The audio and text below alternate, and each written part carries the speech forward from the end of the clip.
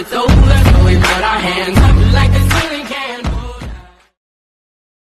Matt, I'm your host, and he is my Notre Dame Miyagi, my everything Notre Dame. Please check out our videos at Irish Touchdown. We have quite a few videos there, especially from the Miami game, where I attended that game, sadly. Please always subscribe and like so that you get all of this content at a moment's notice when we upload our videos. Today, we're going to be discussing the offense, how the game went, and our personal emotional feelings, as it were, and any specific stats that we would like to highlight. So with that being said, Matt, if you'd like to jump in on your thoughts on how the overall game went. Yeah, well, I'm glad college football's back. It was nice. I don't know what I do with myself when college football's not on. Obviously, tough game. Kind of frustrated with the way a lot of it went, but it happens, and hopefully we'll clean some things up and move on and play better. Yeah, that was. I was hoping to bring the mojo back because the last game I went to was Notre Dame versus USC, where we absolutely destroyed the Heisman QB. So I was thinking I was the lucky charm, and didn't turn out that way. It might be your dad. Great. Your dad might be the lucky charm because he was at that game with you. Yeah. Yep.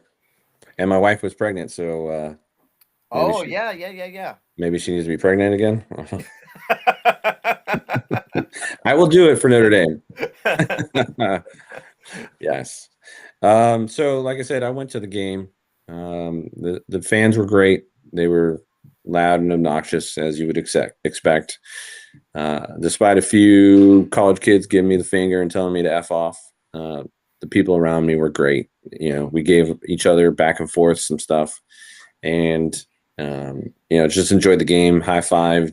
Even when Miami made a good play, you got to give it to them. So they gave it to me. I gave it to them, and at the end, we actually ended up hugging, saying, "Great game. Thanks for being a good fan." And I had the perfect seats. So the center of the field was open, and some of the stands were getting rained on. But I was like the first row that was covered, and I didn't get any rain on me. And then like the first 6 rows in front of me all had their ponchos on for like half the game. So nice. Yeah, I got real lucky. Yeah. I clearly didn't do that on purpose, but I would rather you have gotten wet and we still win. I appreciate that. Clearly you care for me. Yes, and my well-being. Yeah, and the Notre Dame turnout was I guess is what you expect. They traveled as well as they could. You could see kind of green kind of just sprinkled in there. And before the game, I was trying to do like a calculation on how many Notre Dame fans there were there. And it felt like it was like a 1-to-10 ratio that as they're walking in, it just felt like maybe every 10 Miami was 1 Notre Dame. So we were, obviously outnumbered, but it was still nice to hear some screams when a Notre Dame player did something well, which wasn't that often. So let's jump into the offensive line and everything good and bad. So take it away, Matt. Yeah, real quick, they did not perform the way that they needed to. They did not pass block very well. They definitely didn't run block very well. It was very frustrating outcome for them, especially when we've had those guys and their coach for I think 3 seasons. I think Joe Rudolph's been O-line coach for 3 seasons, and he was going up against a defensive coordinator who's in his first season at Miami. Yeah, it came from Minnesota. Yeah, something like that, or somewhere. Yeah. So for the power balance to have been tipped so far in favor of Miami's D line, and it was that noticeable. Yeah. Like, I don't know. They've got to get that figured out because they didn't perform great at all. Yeah, and the people that project things had Notre Dame's offensive line as a top 5. Yeah, and they weren't. No, Yeah, no, that's a top 25. maybe. Yeah. I mean, we were going against a number 10 team, so you're not gonna look great. You're not gonna look perfect, but you can't have Lambert whiff on a pass right or a block right up the middle, and then have, I think it was Emil Wagner absolutely got turned around like a tornado, and both times CJ Carr just gets blasted out of nowhere. Yeah, So, and Anthony Knapp struggled too. yeah, I didn't see that. Yeah, it wasn't great. Yeah, I don't have any specifics on that one. What did you see with Knapp? He he doesn't run block very well. Um, I don't know. I don't really know how else to sum it up other than that. There was moments where them as individuals did okay, and then there was moments just as a unit where you're like, this isn't gonna cut it. You know, if they go in a few weeks and they block their tails off against North Carolina State, that's going to be great. But it's always going to be in the back of my mind until they face a team like this. And thankfully, they're going to face a talented team very quickly. Yeah. So there's got to be progress from this to A&M. Yeah, they get another shot at it, but it's scary if they don't show. That's an 0-2 team. Absolutely. Yeah. Yeah. We're projected to win, but we were projected to win again just last week. Exactly. Yeah. So, and offensive line didn't win. We didn't win.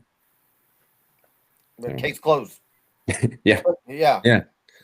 That's the key to the game. Mm-hmm. So, all right, going to running backs. How did you feel with Love getting pushed to the wide receiver spot and also trying to do the running back spot? Well, they got to get him involved in the pass game. He did decent at it with the 4 catches. Yep. He could probably be a lot more of an electric threat coming out of the backfield to get the ball. But he's going to face every single team, especially after Miami now. If Miami shows you shut Love down, you win the game. Yeah. That's what they showed. You take Love out of the game, you win the game. He had 10 carries for like 33 yards.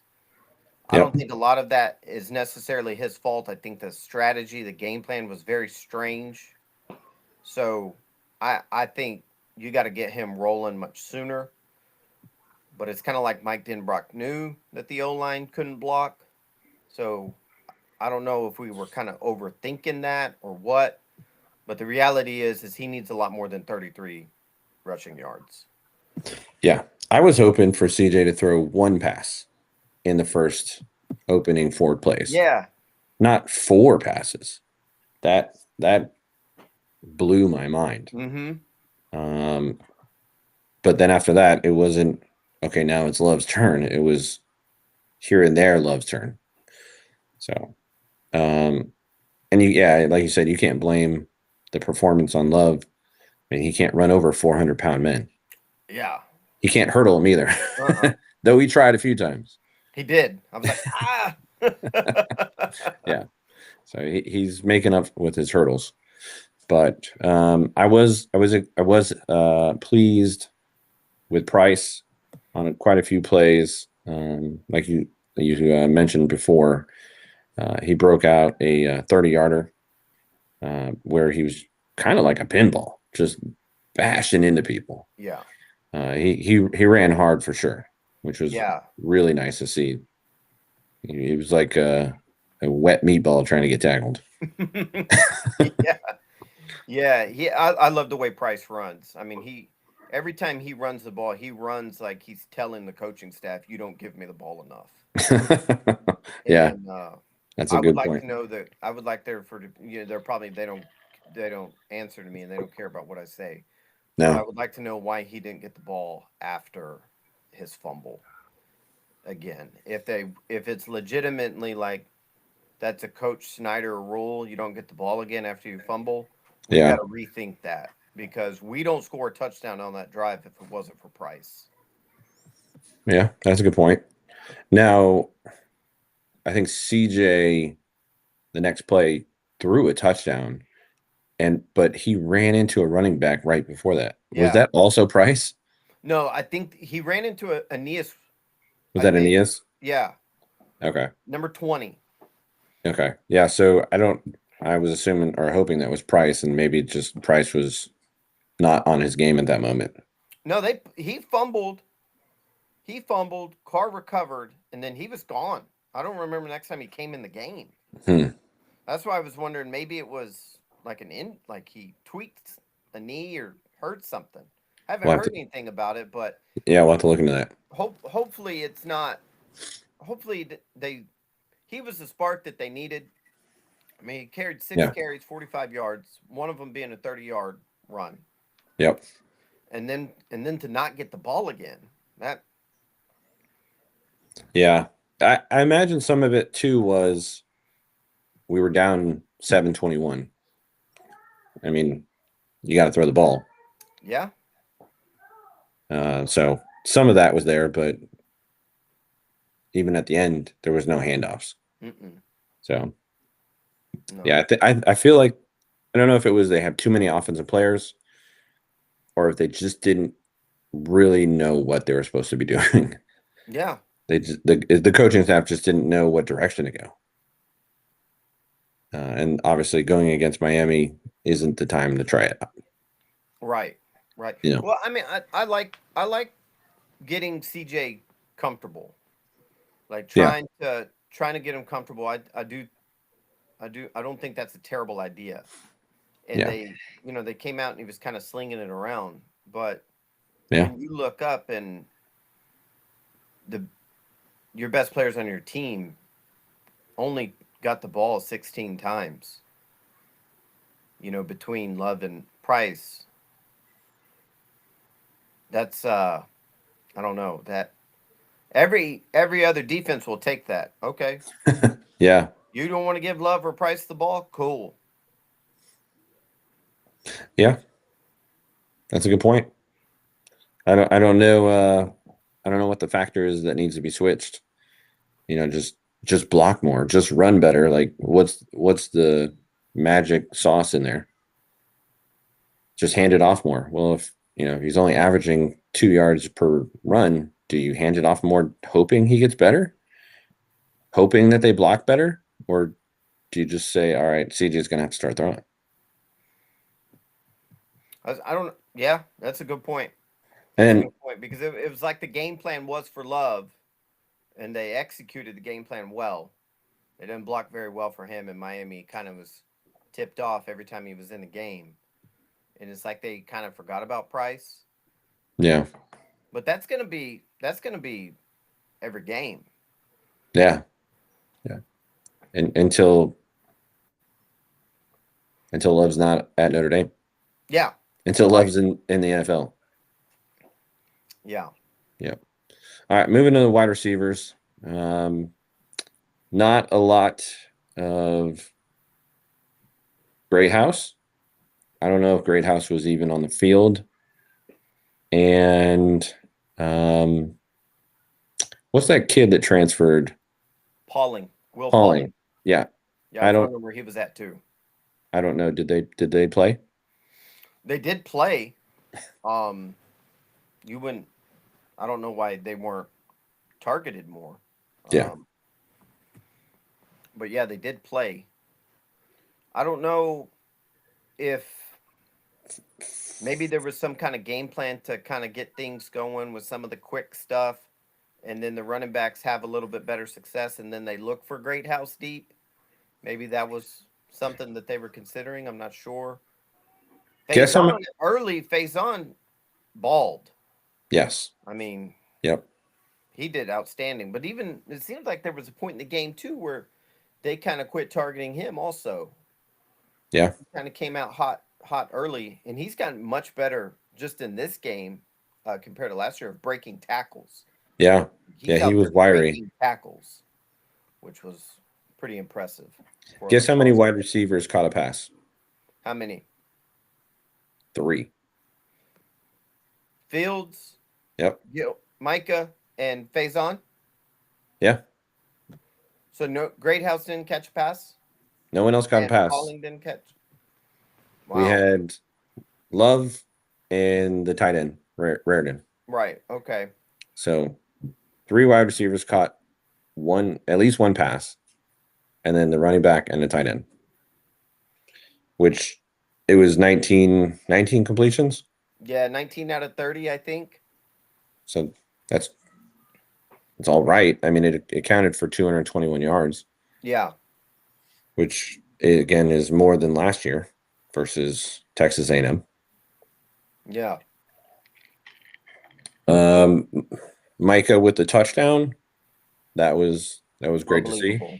Yeah. And with CJ rolling and basically playing elementary school football for 10 Mhm. seconds, turned that lineman, and basically the lineman just fell down and laid there. I don't remember the last time we've had a quarterback at Notre Dame that made a play where you're like, that looked like Patrick Mahomes. Oh, And that did. yeah. He scrambled and then no look passed. Yes. Unbelievable. Yeah. I couldn't see that because it was on the other side for me. But watching the replay, you could clearly see that he was angling his face so he could cross body it to the corner. Yeah, that was so cool. Yes, that was great to see. That's just in him, you know. Right, you don't coach that. Yeah. Yeah. So that was incredible. That was his first touchdown ever. And then That's a hell of a first. and then the embarrassing thing is after he threw it, he fell down. I don't even remember that. I don't even remember putting that Yeah. together. He Yeah, no. tripped or something? Yeah, he was just running forward and went. Oh. So that'll be in the memory bank forever. Going to our tight ends. Obviously, Raritan somehow snuck into the backfield and man, was that like a 65 yards or something? Yeah. That was incredible. That was. And we knew in the pregame we said that Yeah. that could happen. And Yep. it did. It didn't happen for the reason we thought it was going to happen. Right. We thought it was going to be Love was doing so well, they were going to forget about a tight end. Yeah, but he just snuck behind the lineman, and CJ had enough poise to wait. And man, somebody's got to teach Raritan how to hold a football. Yeah. Did you see how he was just like, Yeah, don't do that, bud. oh my gosh. Even in the stands, I could see it. It was like, you're going to make me go insane. I think I lost my voice on that play, though. I was screaming so much. Yeah. Yeah, I lost my mind. Pivotal, too. That was a pretty pivotal moment. But for CJ to have the vision to see that he was there, that, you like to see that, because a lot of quarterbacks, especially their first start, they miss a lot of open guys. Yes. Yeah, and he did quite a few times, but to be able to see that, because the walls were coming in. He was in a very small box at that point. Mm-hmm. And he delivered it, and yeah, I think that the next couple plays tied up the game, right? Yeah. Yeah. I think it was it 24 at that point? Mm-hmm. Yeah, so that was huge. Other than a couple catches here and there, I did see that he got targeted a few times, and I guess was allergic to the football and had concrete hands. Well, Jack Larson, is that his name? I mean, that is a football player. He didn't catch a pass, did he? No. Okay. No. I wonder what's going on there. He had that beautiful CJ threw that beautiful pass to Jack in the blue and gold game. So Yeah. obviously that's a one-time instance, and I don't know what's going on in practice, but kind of preseason we were hearing these names like Jack Larson and Elijah Burgess and Yeah. Yeah, some of that's these true. names that Forgot about Elijah.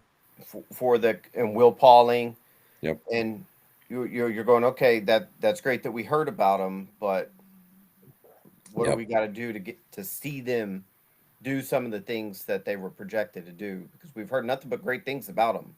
Yeah. Yep. So hopefully, Yeah, I don't know what the sauce is. Just pulled up a quick stat. Just all of last year, Raritan had 11 catches for 90 yards, and his long was 14. well, damn, he did that against Miami. Miami game, he had 5 catches for 97 yards. Yeah. So, welcome to Notre Dame football, Eli Raritan. Yeah. Yeah, his stock just went skyrocketing. Mm-hmm. So If that he was if the injury situation doesn't affect him, he could have a monster year. yeah. If anything like this happens, yeah. I hope we don't target him too much because that means the wide receivers aren't open. That deep ball, Malachi had a nice deep catch. Yeah, he barely held on to it, but Yeah. even the announcer said he had strong hands. Yeah, that was awesome to see. It just Yeah, that was cool. didn't have that last year. No, deep We passes. didn't have that. Mm-mm. No. Haven't had deep passes in a long time. Yeah. Yeah, and we thought we were gonna have it with Sam because he threw it around at Right. wherever he was.